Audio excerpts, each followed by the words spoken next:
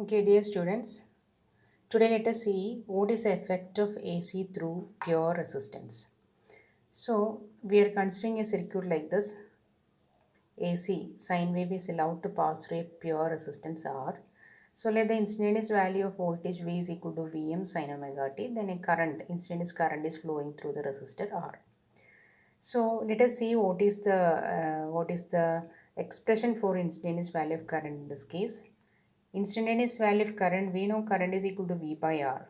So it is Vm sin omega t by R.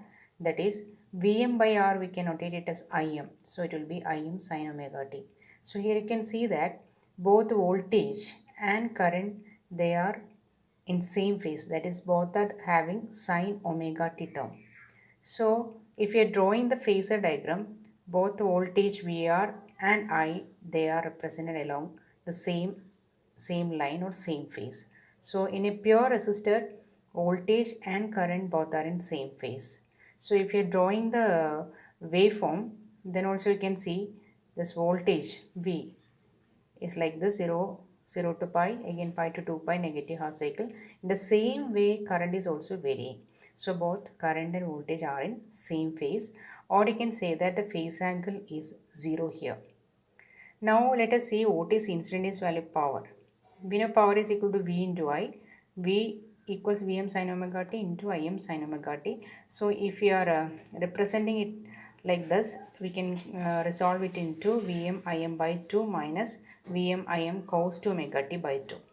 So this is the instantaneous value of power. Now if you want to find out the average power over one complete cycle, we are integrating it with respect to 2 pi.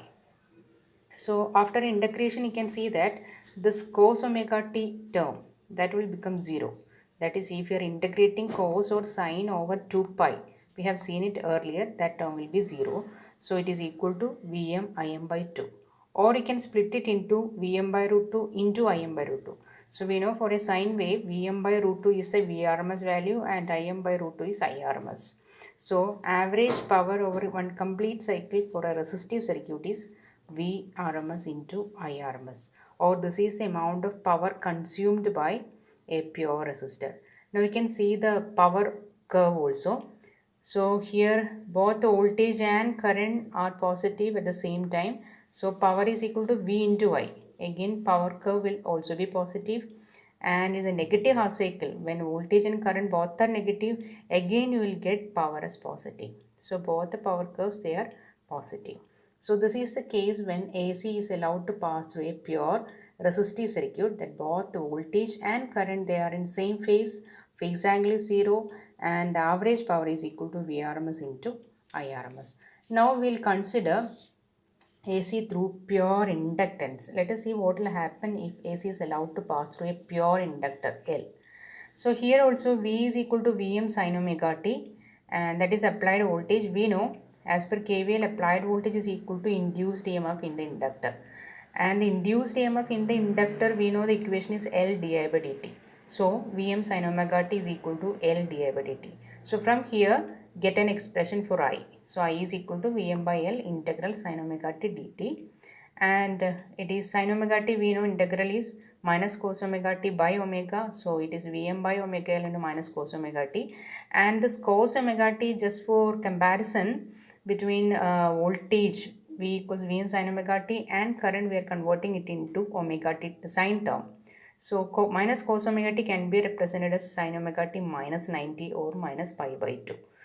So if we are taking this Vm by omega L as Im, we can again write the instantaneous value of current as I equals Im sin omega t minus 90. So here you can see that we are comparing V, instantaneous value of voltage V, Vm sin omega t, with I equals Im sin omega t minus 90. What does it mean? Here current actually lags behind the voltage by 90 degrees. So if you are drawing the phasor diagram, this is voltage, phasor is rotating in anticlockwise direction. So VL, current is lagging behind voltage by 90 degrees.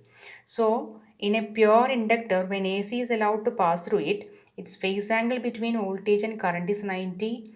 That means current lags voltage by 90 degrees or pi by 2. Now here comes another important term, that is omega L. This omega L is known as inductive reactance XL. XL equals omega L, or you can write it in terms of frequency, that is 2 pi FL. And the unit of inductive reactance is ohm if F is expressed in Hertz and inductance in Henry. Now the third term is instantaneous power. We know again power is equal to VI. In the same procedure, it is Vm sin omega t into minus Im cos omega t. So we can take it as sin omega t into cos omega t sin 2 omega t by 2. So for the average power over one complete cycle, integrate it with respect to 2 pi.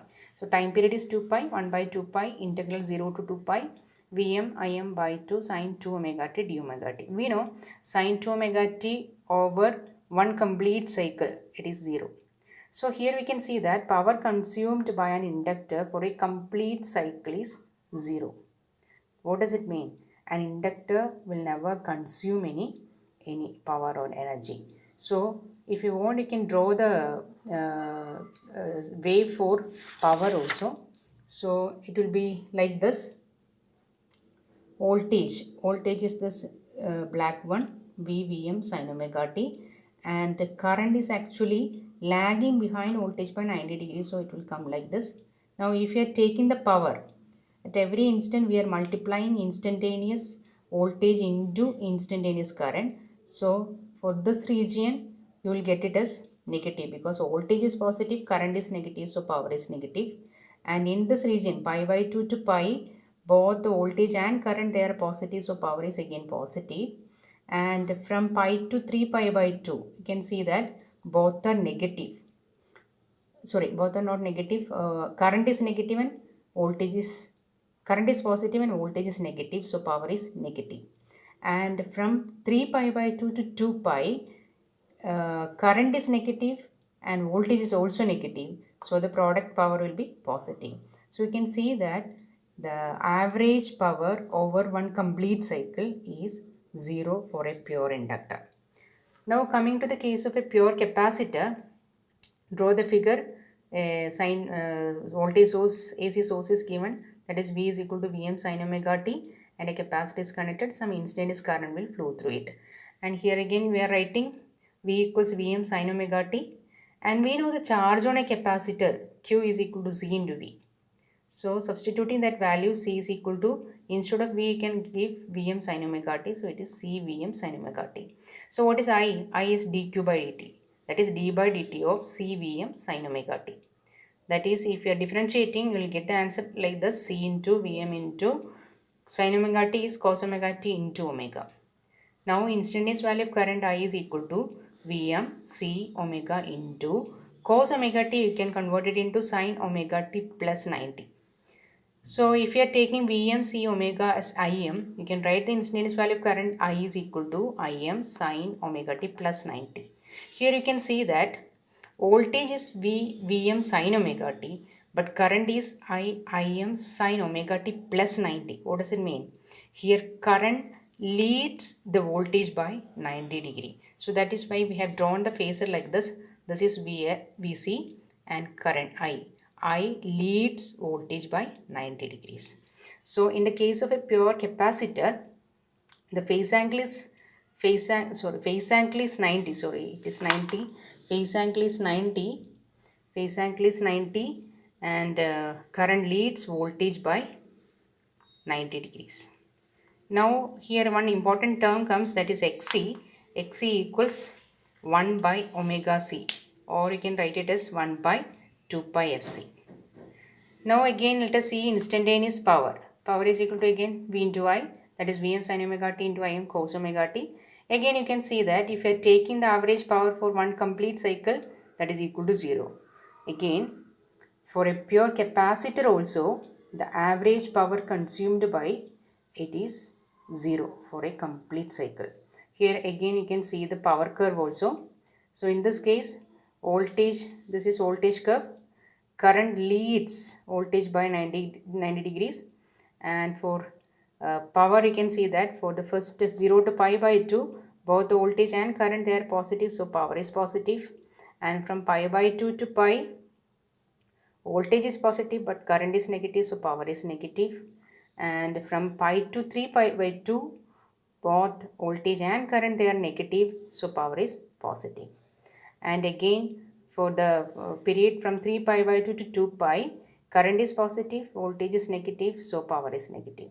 So this is the power curve for a pure capacitor. So what we have seen is, if AC is allowed to pass through a pure resistor, both voltage and current they are in same phase, that is phase angle is 0, and the power consumed by a pure resistor is V into I.